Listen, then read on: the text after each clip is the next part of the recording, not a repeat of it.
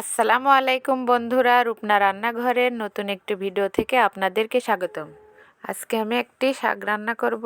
এই শাকটার নাম হচ্ছে খেসারি শাক। আমাদের বাড়ির আঙিনায় খেসারি বুনেছি। প্রথমে আমি এই শাক তুলে নিব।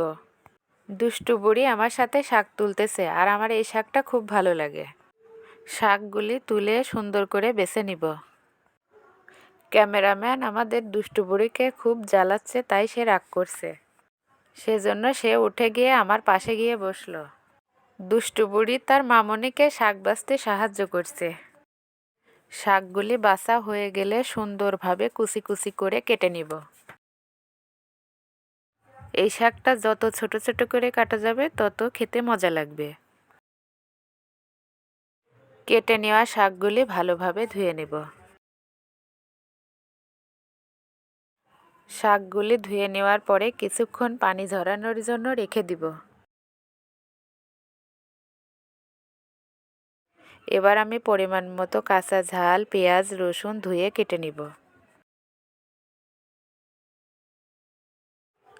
এবার কড়াইটি চুলাতে দিয়ে শাকগুলি সিদ্ধ হওয়ার জন্য দিয়ে দিব।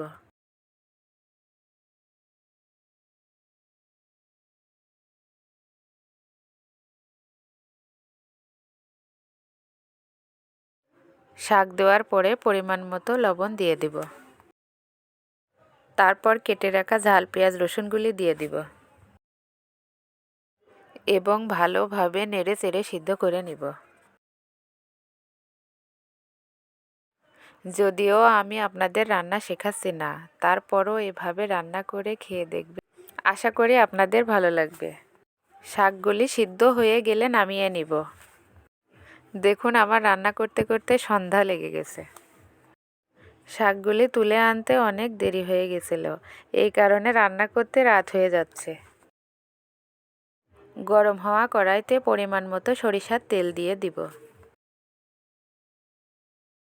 এরপর কুচি করা পেঁয়াজ, রসুন গরম তেলে দিয়ে দিব। ভালোভাবে নেড়ে চেড়ে পেঁয়াজ রসুনগুলি ভেজে নিব। তারপর দিয়ে দেব সিদ্ধ করে রাখা শাকগুলি।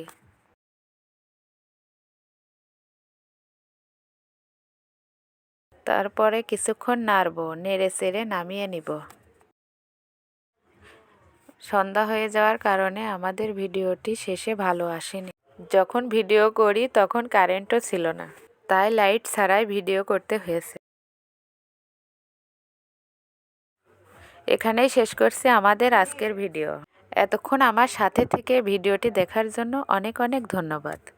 সবাই ভালো থাকবেন, সুস্থ থাকবেন। আল্লাহ হাফেজ।